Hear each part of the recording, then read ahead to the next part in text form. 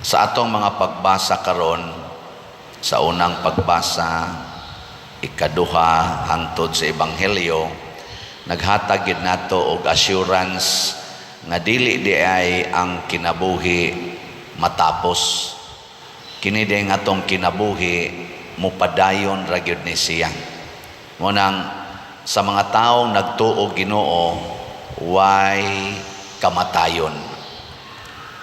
Mutuo mo ana dili. Sige lingi ay mong tupad. Ing namutuo ko din agyod ka mamatay. Ing na. Oh. Kay ang kinabuhi mo padayon. Tanawa si Kristo mismo ningon mag-andam ko lawak dito sa balay sa akong amahan aron bisan asa ako atua usab kamo. Sa ato pa, kay wa man mamatay si Kristo, nya ingon man siya, bisag asa siya, tuwa sab ta, di gid ta mamatay. Munang dili gid angayan nga mahadlok ta aning kamatayon. Nya unsa may mga timaan nga nahadlok kas kamatayon, kana gyung masuko. Masuko. Kinsa ninyo dinhi ang muingon, sugod karon pader din ajud ko masuko, ta sa kamo. Gusto gid ay mong mamatay.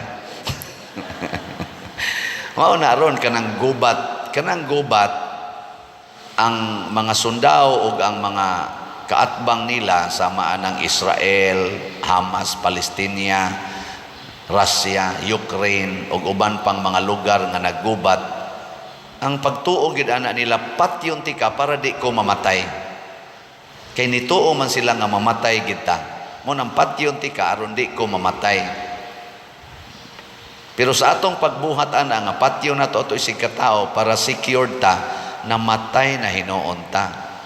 Matud pa sa ikaduhang pagbasa, kinsa may makapahimulag nato sa gugma sa Dios, kini manggong gugma sa Dios mga igsoon, mao ni siya hinungdan nganong natawo ta. Nabuhat ang tanan tungod sa gugma sa Dios. Kinsa ninyo dinhi ang wa moagi og sexual activity sa atong parents? Na kanang ditso lang sama ni Jesus nga ditso lang og ka umol sa tiyan sa inahan. Wa oy nya 99% sa naghimo nato naghigugmaay gidto sila. Nga mag-sex kagwa kakahigugma siya gi-rape man apader o mo bitang 99%, 1% ra tingali tong gi-rape. Siya nga nung gi-rape man ka, nikuyog man ko sa akong uyab niya, di man ko gusto mag-sex may niya, iya man kong gi-rape. Rape nga ni pahimutang sad ka ato. Nikuyog man ka. Nga nagbugno mo dito. Akan nating gi-rape sa usahay uyuan, usahay amahan, stepfather, o kana. Pero tagsara man sa gayo mabuntis ana. Wa man gyud kayo. Mao lagi na ingon ko 99% bunga gid ta sa paghigugmaay. Kay lagi ang kinabuhi hinatag sa gugma sa Dios. Apan ang atong pagkahadlok sa kamatayon, ang atong dili pagtuo nga kita dili na mamatay, mao'y hinungdan nga makasala ta. Nya nangutana si San Pablo, kinsa may makapahimulag nato sa Dios? Dili ang kamatayon, dili ang kagutom, dili ang mga gahom nga espirituhanon o yutanon, dili ang mga butang nga namugna karon ug ang umaabot sa maani mga satellite. Wa pa ta kahibaw mga 10 years from now unsa na ka ang mga butang nga mamugna sa kalibutan. Tingalig manglupad na ang mga tao mura nag mga ungo. Na naman aron, sige naman aron, sige namang experiment nga itaod lang na nimong maong butang makapalit ka na lupad na ka. Wala mo kita na mga salida-salida ka na mga karton-karton. Naman agad manglupad yan. Na naman aron gihimo naman na may mga testing-testing. Dili lang kayo layo og maabutan. Ana, pero moabot yung panahon nga moadto kag Manila. Ikaw na lang. Adto na ta magbanggaay sa babaw, mura na tag mga sayaw, magkabanggaay na ta dito. May man langgam kay abdik magmata niya. Kita usahay, di man ta abdik. Magbutang na sa tag-sensor. Aron dili ta magkabangga ay dito sa panganod. Ana, moabot ginang panahon na. Nya moabot na sa nang panahon nga ako diri ron gasulti, pwede ra gyud og sa usa lang ka click sa kamot, pwede na kong tuwa dito sa may Woodlands. Ana ba? Kay mga pangandoy mo na sa tao nga dinhis kalibutan. Nya naay paagi ana nga makabot na siya. Pangandoy ra man gunas tao gud nga makalabang tas dagat, makalakaw tas tubig o tanawa karon dagko kay mga barko kargahan pagdaghan kay mga sakyanan mulutaw mas tubig. Pangandoy man anato nga makatabok ta ang hangin o karon o porting dagko as eroplano magdapa ng mga bomba perti pangkusuga manglupad na masangin. Pangandoy ra man nga moadto tag buwan, moadto tag laing planeta karon ngadtunganhi naman lang ang mga astronauts. Di ba? Kamo wade mo mangandoy nga dili nanta mo maglakaw ngadto. Init kay istanan. Ngandoy ta na mo abot gina siya. Pero dili na gyapon rason nga mahimulag tas Ginoo. Unsa may makapahimulag natos Ginoo? Ang atong gugma niining kalibutana, niining kinabuhia. Kana bang ang tanan natong himuon pulos na lang gyud pagpreserbar aning kinabuhi nga temporaryo nga ato karong pahimuslan. Temporary existence gitawag ni og mortal life. Kining ato dinhi mortal pero part nato na ay immortal. Nya unsa may makapawala ana gikan sa Ginoo? Ang sala. Igilingi ay mong tupad na kaysa pangutan na ba? Nya mo ingon gani naa nya patay ka. Mahimulag naman tas Ginoo. Nya ang Ginoo may dalan padong sa langit. Siya I am the way. Matod pa niya dire. I am the way, the truth, and the life. Mahimulag ta tungod sa sala. Nya unsa may hinungdan nga nakasata kay di na ta gustong mamatay. Munang dali kita masuko. Ana. Kay di man ka gustong mamatay. Unsay ikaduhang timaan nga ang tao nituo nga di na siya mamatay. Unsa man? Kusog kay na siya manghatag. Hatag gyud tanan. Muna ingos Kristo, sell everything you have and give it to the poor.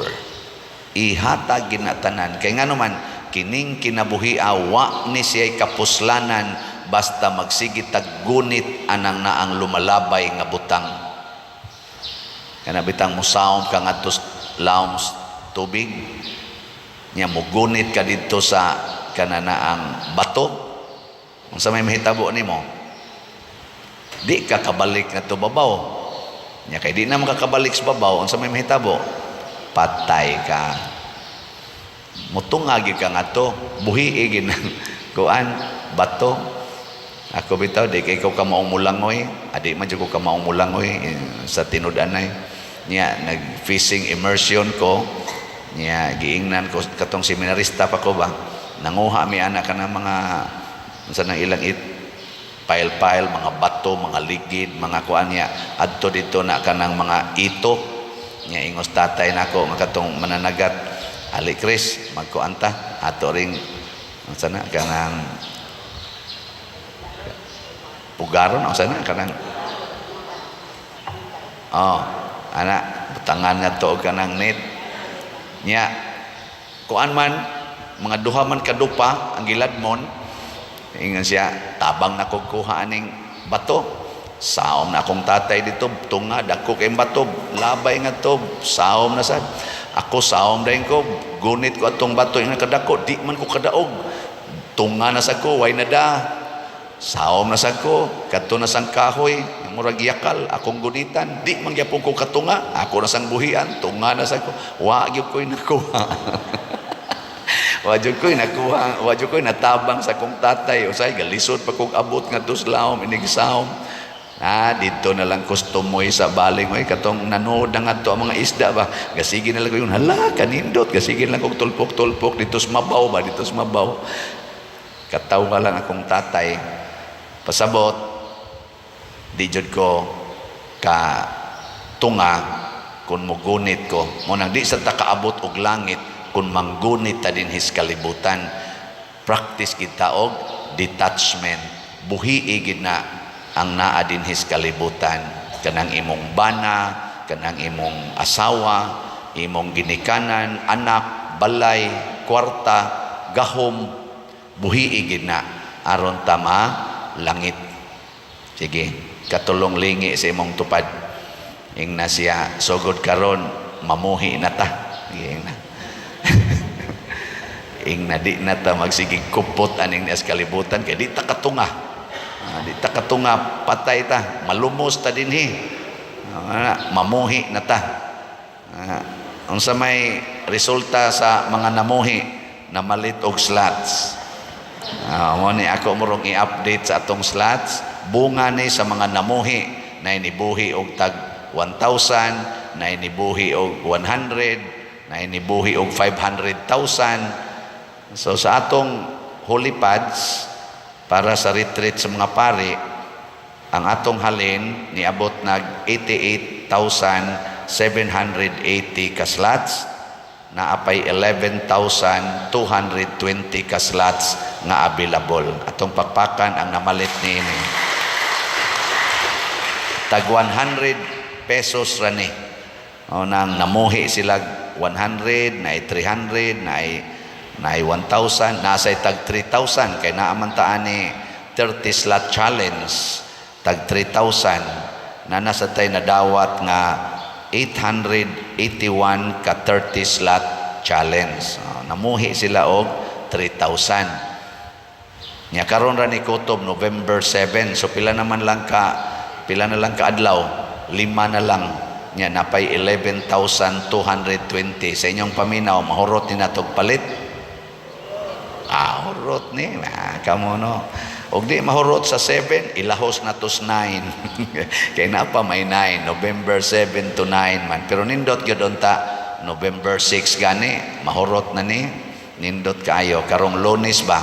Kutob karong Domingo ato ning hotdog palit ha. Kay makatabang nis mga pari. Nya ang pagampo sa mga pari samtang mag-retreat mao ni moisa sa atong kalag padung ngadto sa langit.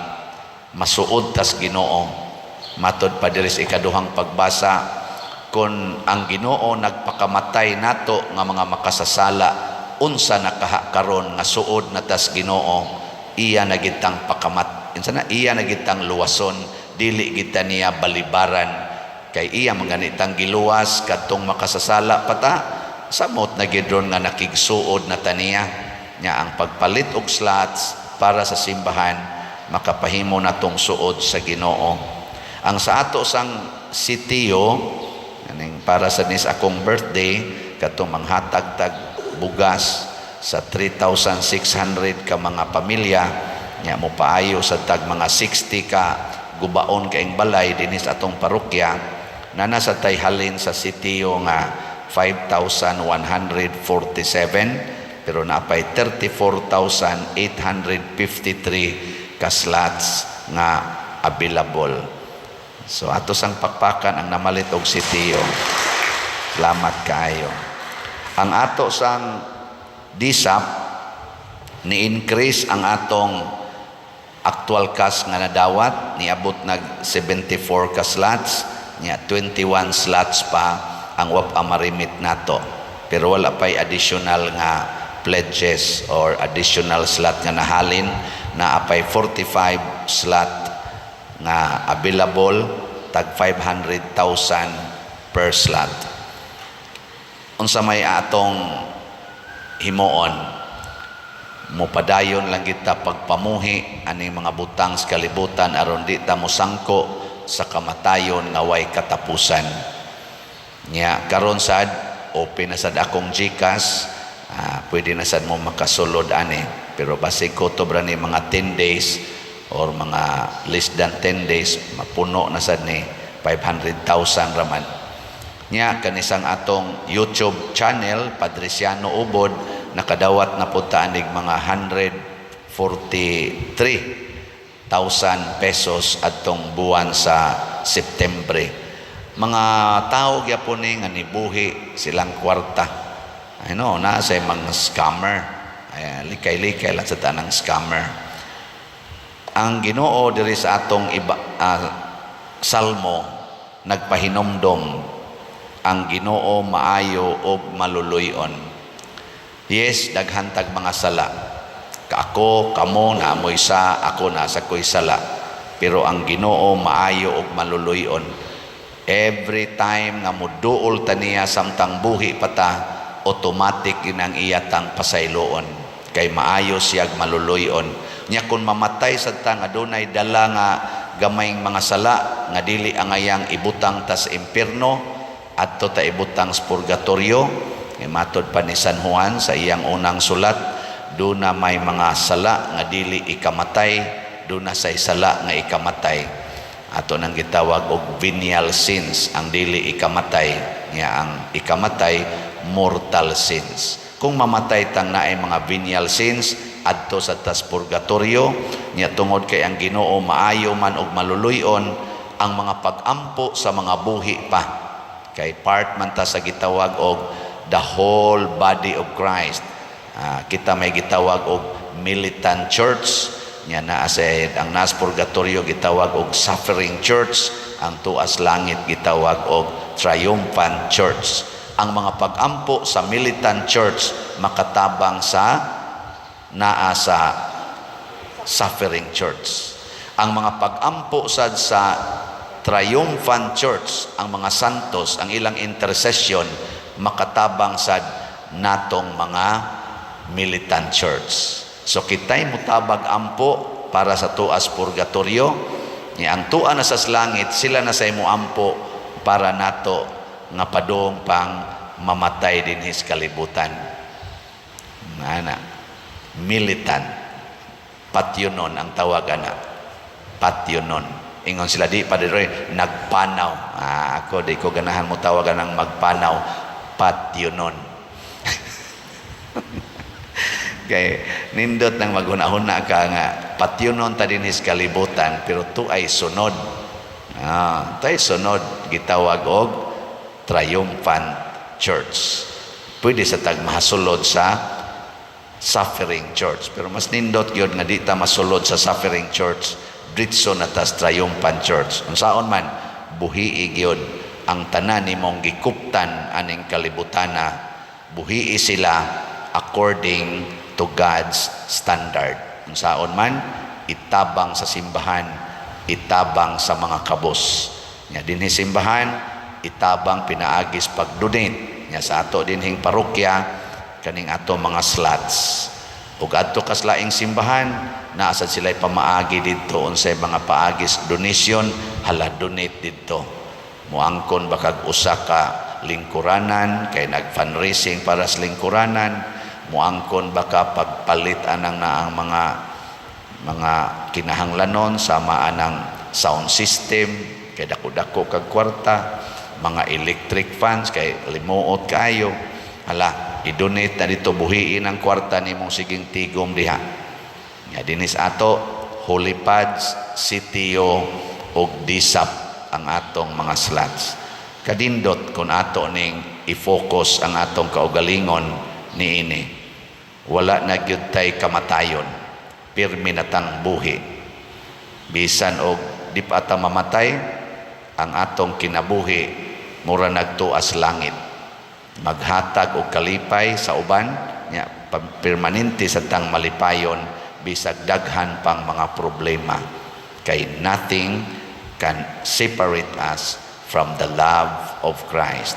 Nya kadtong naa sa love ni Kristo kanunay gid nang malipayon. Kay ang gugma maghatag gid nag kalipay. Last night naghimo ta og look-alike saint. Nindot kay sila tan-aon, mga santos o mga naong ilang pakita ang kinabuhi sa mga santos. 17 sila kabuok. Ana, naiuban makalahos og istorya, ang uban sa di sad kalahos og istorya. Pasabot ila ra gitong gi-memorize o niya acting lang. Pero naa sa dito yung mga nakita nako nga sincero kayo. Sincero kay sa ilang pag-act sa kinabuhi sa usa ka santos nya gipangutana to nakong nasikan maghimuay lang in taon siya kandila. Batan-on siya pero maghimo siya kandila para makatabang sa pagpangwartas ilang pamilya. Ana. Nya siya ay nagda sa life ni Saint Luke.